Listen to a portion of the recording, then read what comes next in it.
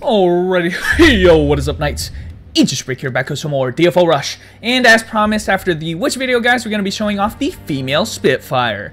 Now, as you guys can see, my costume right now is, kind of like a mishmash. I don't know, I kind of like it. It's like a beautiful mishmash of the Dynasty Guardians set. I say beautiful, you guys can say whatever you want. And, you know, some other random avatars, but this is how she looks, guys. And you can see we are also not very geared. This, as you guys can see here with the Level Maketh Man stuff, was my Level Maketh Man character. And we got her to max actually before the Lancers did, which I know, I'm sorry I keep talking about these guys, but we will be showing off the Lancers. Yeah, I just wanted to make sure I get these videos out first, since I guess technically I leveled this character before I even, before the Lancers even came out, and I haven't got to show her off yet. So anyway, when you play this character, you will notice some weird things about her, and I want to start off by saying right now you're going to see me utilizing this double, triple, quadruple jump a lot. And you can actually see down here at the left, you get this little jetpack, I guess as it's called, and it basically allows you to use a maneuver in midair. And I say maneuver because obviously I can use it for an extra jump, I could just stay in the air longer, but most of your skills, as you guys can see while I'm in the air, actually all of the skills on my hotkey bar can be used in midair. Crossmore, grenades, everything. And so whenever you see a female Spitfire, like in videos and stuff, they will always be casting their skills in midair, because that is the main gimmick of this class, and I want to make sure I tell that right now, that this class is all about aerial combat, completely. And the reason for that is because all of her skills, if you don't cast them in midair, actually are very slow. You can see right now, I can't move here, and she is very, very slow in her animation to casting that. However, if you used it in the air, you can now see the speed and the efficiency of it. Now, you know, any of her skills, basically all of her skills are more effective in the air. Now, you don't have infinite castings of that. I say that, and you can with the, you know, various buffs and stuff. For instance, you can use your jetpack thing right now, which now allows me to cast 7, you know, increase my jump count to 7. So now I can cast 7, or perform 7 different aerial maneuvers in midair while that buff is active. And that you know, that involves jumps, that involves skills. So you can see it basically expends a use of your jump while you're in the air. And that's kind of like the simple way to explain how this class works. So just trying to show that off. If you see me jumping all the time, that's what this class is. It moves faster in the air, it casts skills faster in the air, and it's just more efficient to fight in the air. That being said, aside from this and, you know, this aspect and you know, the male Spitfire, which obviously doesn't have a jetpack, they are pretty similar classes, the two. You'll notice that the male Spitfire focuses a lot more on procs, and, you know, I would say maybe his bullets are a big part of it, because he's so focused on CCing, and, you know, his second awakening gave him like more, you know, salvos and all these things like proc effects, like danger close and all that. That sort of thing isn't really apparent in this class. It really is one of those that expanded, its second awakening expanded its already potent and obvious gimmick of staying in the air longer. There's another buff, aside from giving you 7 casts of this temporarily, there's another buff that allows you to get infinite casts, basically, by basically making it impossible for you to go any less than 1.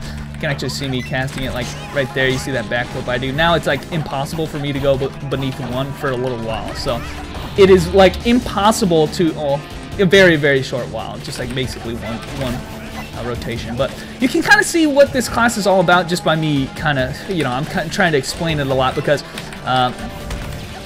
it, you know, it takes a while to kind of get used to this kind of gameplay where you know, most characters in DFO, they are so focused on staying on the ground. In fact, being in the air is a terrible thing. I don't know if you guys remember, you know, the dungeons in Behemoth. The first couple dungeons, you're underwater and you hate getting knocked in the air because it wastes so much time and shit. This character thrived in a place like that, right? She actually, it's beneficial for any time that she can stay in the air. And it's kind of hard for me to show off, but she's the only character in the game that has an aerial evasive. She expends one of her jetpacks, and one thing I'm gonna have to mind my grenades here. I am kind of just spamming crazily here. She can actually use one of her jetpacks to recover in midair if she gets interrupted, and that was just amazing. You had unseen it before in this game.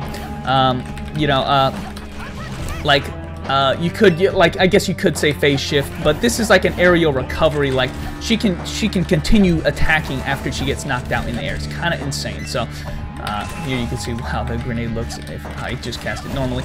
Now, you know, you see me tossing a lot of grenades. Grenades is her main focus of her damage source. We're actually having trouble killing this guy, so we're gonna use our second awakening, which is a pretty. Oh wait, sorry, that was the first awakening. This is the second awakening, which I'll show that off in a second. But it's called D-Day, obviously. Oh shoot, the wonder why I'm not doing any damage to him. The thing came back online here. Yeah, the D-Day is a very awesome skill right there. I wasn't able to show off. I'll do that again, but yeah, you'll notice that the grenades are doing most of the damage with this class, and in fact, if I was going to pinpoint it to anything, obviously the jetpack and the aerial combat is her call to fame.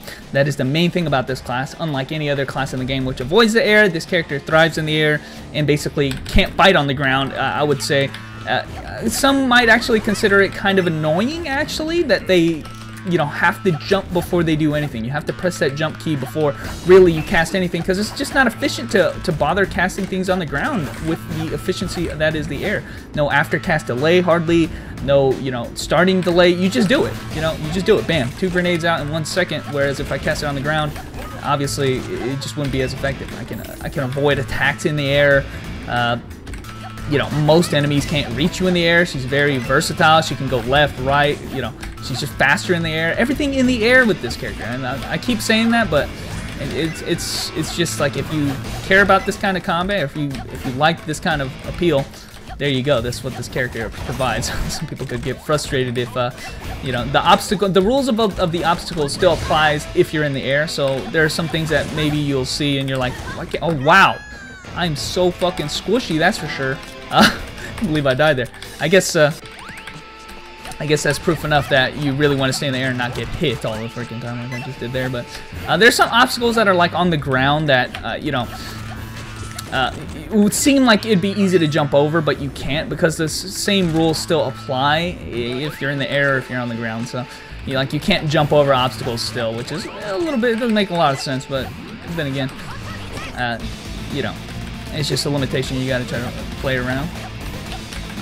We can try to use our, and see there, you can see I just recovered in midair.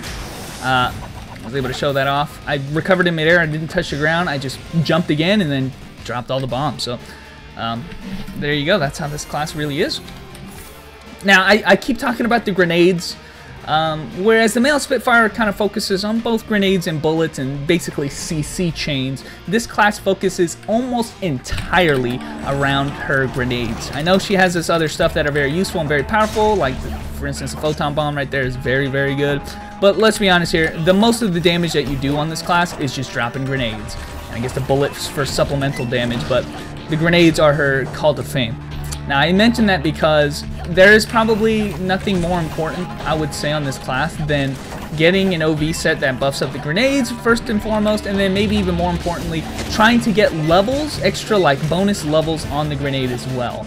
I'm talking, you know, TOA titles that have, you know, the grenade mastery on there and stuff like that. Which I don't remember what the grenade buff is called here. What is it called? Yeah, just the grenade mastery, because of how potent the grenades are. It's just the fastest, surefire way to buff that up. So you're going to try to want to stack that as much as possible, because truly that is where most of your damage comes from. And you can obviously tell why that's the case. You can just drop like 3 or 4 grenades at any one time without any delay, especially if you use your buffs and stuff like that. So the only thing is you got to just be mindful and manage your grenades. Right now you can see I'm actually out of the green grenades. So, you know, when you toss all your grenades, just be careful about restocking them whenever they're off cooldown. So and you can see right here, I wasn't able to recover in midair there, but oh, he keeps knocking me down, dude.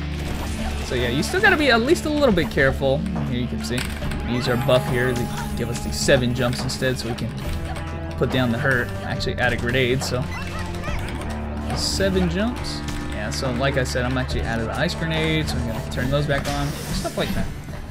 But anyway, guys, hopefully I was able to kind of, I know I didn't play very well in this class, but at least I was able to show off how this kind of class works out. And I don't really know, I can definitely see where a lot of people would look at a character like this and they'll just say, you know, like, oh, don't you get tired of just jumping all the time in the air? Well, that's kind of the gimmick to this class. Like most classes that, you know, I enjoy playing, they have some kind of gimmick to them that makes them different from the other characters, and this is this character's gimmick, right?